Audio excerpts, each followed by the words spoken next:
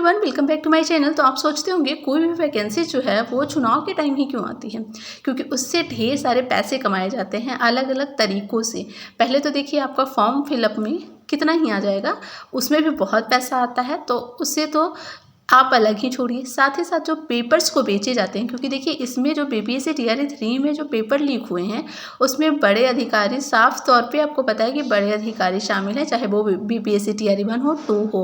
अब हम देख लेते हैं कि हमारे देश में क्या प्रावधान है अगर पेपर लीक होता है। तो इस बार के बजट में फरवरी में हमारे देश में ये प्रावधान लाया गया है कि कम से कम 3 साल सज़ा और अधिकतम 10 साल की जेल की सज़ा और 1 करोड़ रुपये तक की जुर्माने का प्रावधान है।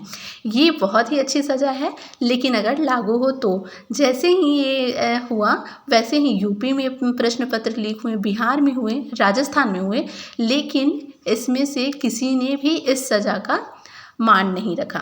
अब देखिए यहाँ पे टीआरई 1 और टीआरई 2 की निष्पक्ष जांच होनी थी, लेकिन यहाँ पे कुछ नहीं हो रहा है। क्यों नहीं हो रहा है? क्योंकि यहाँ पे सभी लोगों की मिलीभगत है, क्योंकि सभी ने इकट्ठे पैसे लूटे हैं। यहाँ पे भाषाहरता समाप्ति कर दी गई, इतनी बड़ी बात हो गई, लेकिन किसी ने कुछ नहीं बोला। बीच एग्जाम में ऐसे चेंज हो गया जब रिजल्ट आने का टाइम हुआ। कोचिंग संचालक का नाम सामने आया है, बतौर उनका फ़ोटो भी सामने आ रहा है, फिर भी उन पर कोई कार्रवाई नहीं हो रही है। क्यों नहीं हो रही है? क्योंकि कार्रवाई होनी ही नहीं है।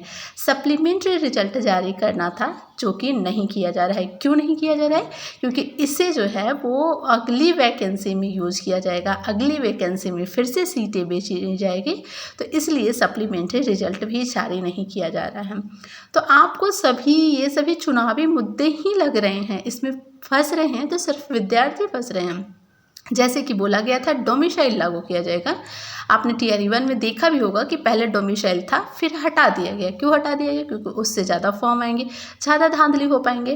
अब देखिए पेपर लीक पे बीपीएससी जो था वो एकदम मानने को ही तैयार नहीं था। कैसे नहीं मानने को तैयार था? क्योंकि देखिए एक बार तो पहले ही वो एग्ज़ाम करा चुका है, फिर दूसरी बार एग्ज़ाम कराने का खर्चा क्यों लेगा? वो नहीं लेगा ना। वैसे ही उसे पैसों की बहुत ज़रूरत है, तो फिर इसे मानने को तैयार नहीं था। लेकिन थैंक्स टू ईओयू की टीम, जिसने कि उन्हें सबूत पे सबूत पेश किए, उसकी वजह से जो एग्ज़ाम है वो कैंसिल हुआ। अब यहाँ पे ईओयू की टीम जो थी वो बहुत ही ज़्यादा सक्रिय थी, और इसी कारण से ईओयू की टीम ने बीपीएससी टीआरई 3 को रद्द कराया। अब उससे बहुत ज़्यादा घाटा लग गया। अब देखिए यहाँ पे जांच में सामने आया कि छपाई से पहले ही पेन ड्राइव में दिया गया था प्रश्न। आप सोच सकते हैं कि अगर प्रिंटिंग प्रेस से होगा तो वो अलग बात थी, लेकिन अगर पेपर लीक का जो मामला है वो प्रिंटिंग प्रेस से पहले जा रहा है, तो इसमें आप छोटे अधिकारी को तो बात ही छोड़िए, इसमें बड़े अधिकारी की ही संलिप्तता है, साथ ही साथ हमारे सरकार की भी है, आप मानिए। क्योंकि अगर नहीं होता तो फिर ऐसा उस पर कड़ी कार्रवाई की जाती, नहीं की जा रही है। अब ईओयू की जो टीम थी वो अच्छे से जांच कर रही थी, तो उससे ने बोला कि टीआरई 1 और टीआरई 2 में भी हुआ है धांधली, जो कि अब उसे भी शामिल कर लिया गया है। अब उसने भी जांच रोक दी है। साथ ही साथ एसआईटी का गठन किया गया, क्योंकि इस पे भरोसा नहीं रह गया था।